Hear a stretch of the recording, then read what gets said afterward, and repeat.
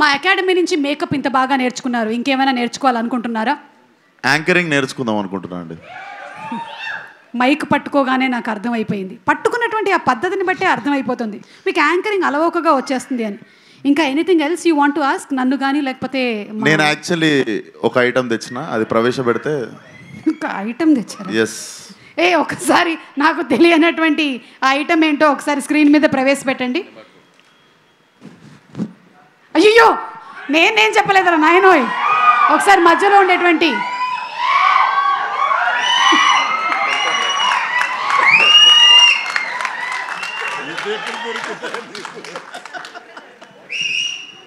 Sir ఎట్లుండే sir experience అసలు ఆ గెటప్ వేసుకుని అసలు ప్రపంచం ముందుకు రాగానే? I eagerly wanted to ask this question మీరు వచ్చినప్పుడు. బట్ గ్లామర్లో పోటీ పడితే నన్ను దాటిపోయావయ్యా. ఇక్కడంతా కొంచెం కళ ఎక్కువైంది, నీ దగ్గర మాత్రం బొద్దుగా ఉండేసరికి ఆ కళ అసలు వేరే.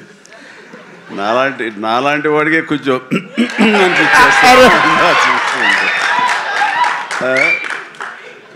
చూడాలి, సినిమా చూసిన తర్వాత తట్టుకోగలమో లేదో.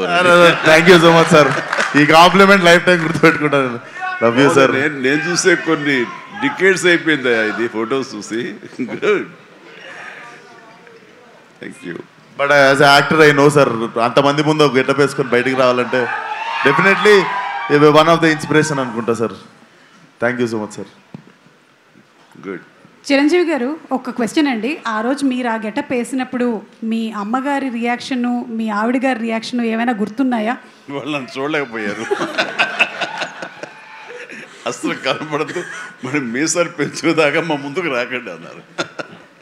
కానీ విశ్వక్కి వేరే ఎక్స్పీరియన్స్ ఉన్నట్టుంది. విశ్వక్ మా వాళ్ళు చీరలు కట్టుకొని, మ్యాచింగ్ చీరలు కట్టుకొని సెట్కి వచ్చారు సార్ ఫోటో దిగుదామని. మళ్ళీ ఎప్పుడు కట్టుకుంటున్నాం అని. ఆ టైంలో షూటింగ్ టైంలో నేను అప్పుడు మీసాలు తీయలేదు. జంజాల్ గారు మీసాలు తీయాలి అని అన్నప్పుడు ఒకటే కండిషన్, ఒక 60-70 మంది పనిచేస్తున్నారు యూనిట్లో, అందరూ తీస్తేనే ఆఖరి తీసేవాడు నేను అవుతానని అందరితో తీయించాను మీసాలు. నేను ఒక్కడైనా ఆ రకంగా ఉండాల్సింది, అందరూ ఉండాలి సెట్లో, అందరూ తీశారు. స్టిల్ కూడా ఎక్కడ ఉండాలి సార్. ఈ ఐడియా నాకు వచ్చుంటే అదిరిపోయేది సార్. అసలు అందరి చేత చీరలు కట్టించేవాడు. ఫస్ట్ మీ డైరెక్టర్ రామ్ నారాయణ గారితో మీసాలు తీయించారు అందరికి. అసలు నాకు ఈ ఐడియానే తట్టలేదు అసలు. అదే అంటే ఆ రోజుల్లోనే చిరంజీవి గారు కంఫర్ట్ ఉంటుంది తెలుసా, అందరికి తీసేస్తే నాకేముంది అన్నట్టుంటుంది అసలు. ఏం పర్వాలేదు విశ్వక్, ఈ రోజు మీరు ఇది మాట్లాడారు కదా, రేపటికల్లా మేము రెడీ అయిపోతుంది చూడండి. మీ మొత్తం డిపార్ట్మెంట్ అందరికీ కూడా మీసాలు గడ్డలు తీసేసి మా వాళ్ళు ఫోటోలు రెడీ చేసి పెట్టేస్తారు. ఎందుకు మీ ఫ్యాన్స్ అంతా చీరలు కట్టి వెళ్ళమని థియేటర్కి వదలొద్దు ఐడియా. చేసేస్తారు సార్ వాళ్ళు పాప మాల్కి.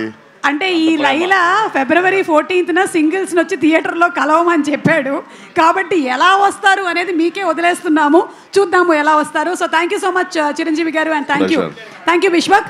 ఓకే, సో ఐ థింక్ ఈ మొత్తం సినిమాలో ఎవరికైనా చాలా టఫ్ కాంపిటీషన్ ఉందంటే పాపం హీరోయిన్కి.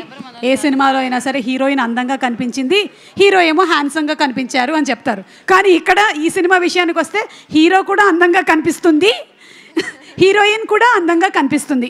రామ్మ ఆకాంక్ష, స్టేజ్ మీదకి రామ్మ, నీ కష్టాలు ఏంటో చెప్పుకోరా.